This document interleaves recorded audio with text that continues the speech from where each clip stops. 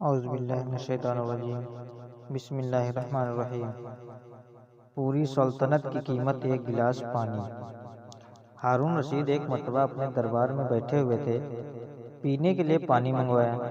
کریم میں مجذوب صفت بزرگ حضرت بہلول رحمۃ اللہ علیہ بیٹھے ہوئے تھے۔ جب ہارون رشید پانی پینے لگے تو انہوں نے ہارون رشید سے کہا کہ امیر المومنین ذرا 1 منٹ کے لیے رک جائیں۔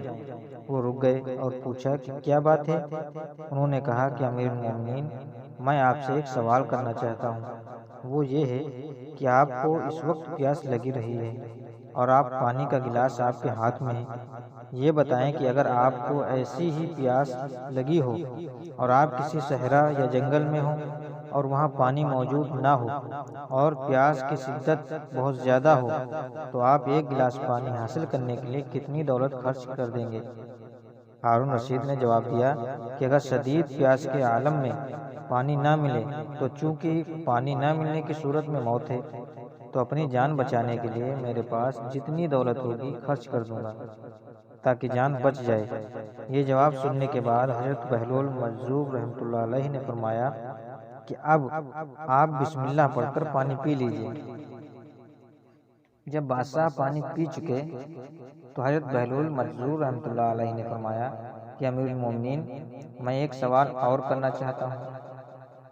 انہوں نے پوچھا کہ کیا سوال ہے؟ بہلول مجذوب رحمۃ اللہ علیہ نے فرمایا سوال یہ ہے کہ پانی جو آپ نے ابھی پیا ہے اگر یہ پانی آپ کے جسم کے اندر ہی رہ جائے اور باہر نہ نکلے اور پیشاب بند ہو جائے، اب مثانے کے اندر پیشاب بھرا ہوا ہے اور باہر نکلنے کی کوئی صورت نہیں ہو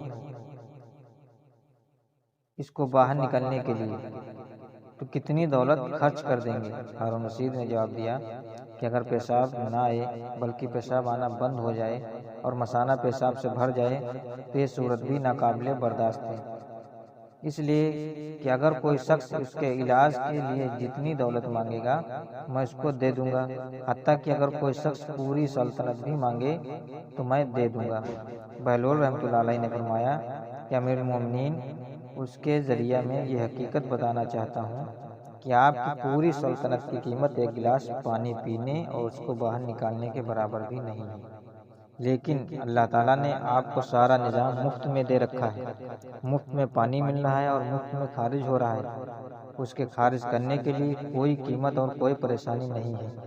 اللہ تعالیٰ ہر ایک ذرے میں، ہر ایک چیز میں اللہ تعالیٰ کی نعمت ہے، اس کا شکر ادا کرنا چاہیے اور اللہ کی رحمتوں کا شکریہ ادا کرنا چاہیے۔